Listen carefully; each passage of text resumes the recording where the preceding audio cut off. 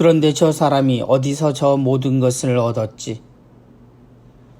예수님의 비유를 만나다 오랜만에 예수님의 모습을 봅니다. 예수님의 말씀 속에서 우리는 예수님과 함께 살던 사람들의 삶의 모습들도 살필 수 있습니다. 밀농사와 밭을 일구고 그물을 쳐서 고기를 잡으며 살던 사람들 말입니다. 그들의 삶 속에서 예수님은 하늘나라를 설명하셨습니다. 그러다 고향에 돌아오신 예수님을 고향 사람들이 어떻게 보고 있는지 이야기를 듣게 됩니다. 예수님은 사람들에게 몫으로 기억되고 있습니다. 그리고 그 어머니의 이름으로 불리기도 합니다. 그 가족들의 이름들도 등장하며 예수님이 그곳에서 어떤 분이셨는지 드러납니다. 그런데 사람들에게 2번씩이나 언급되는 비슷한 표현이 있습니다.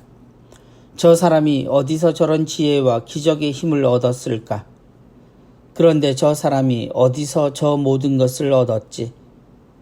첫 번째 표현은 예수님의 말씀을 듣고 놀란 사람들이 예수님이 보여주신 놀라운 것들을 열거하는 내용입니다.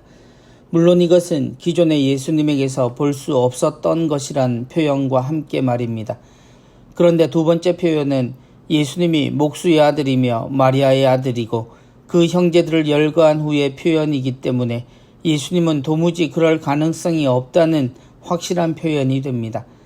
하느님의 백성이지만 그때에도 사람의 삶의 모습에서 하느님의 뜻을 다시 판단하는 사람들의 생각이 등장합니다. 예수님의 비유에서 우리는 하늘나라를 배우지만 그 소재와 내용에서 우리는 예수님을 이렇게 표현하는 사람들 속에 예수님을 다시 볼 수 있다는 이야기입니다. 곧 예수님의 생활과 삶, 그리고 그분의 제자들과 그분의 순환과 죽음의 형태가 왜 그렇게 이루어졌는지 알 수 있는 내용이 당신 고향에서 드러나고 있음을 봅니다.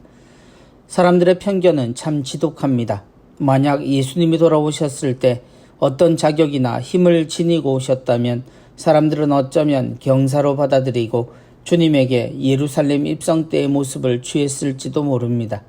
그러나 아무것도 아닌 채 돌아온 이에게는 그에게 주신 하느님의 말씀도 은총도 인정되지 않는다는 것입니다. 그냥 아픈 이야기입니다. 아직도 고쳐지지 않는 사람들의 태도를 알기에 마음이 더욱 아프기만 합니다. 고향에서 한숨처럼 발길을 돌리셔야 했던 예수님, 인정받지 못한 사람의 억울함이 아닌 사람들의 그 완고함과 상처 입은 삶이 더 힘겨우셨을 듯합니다.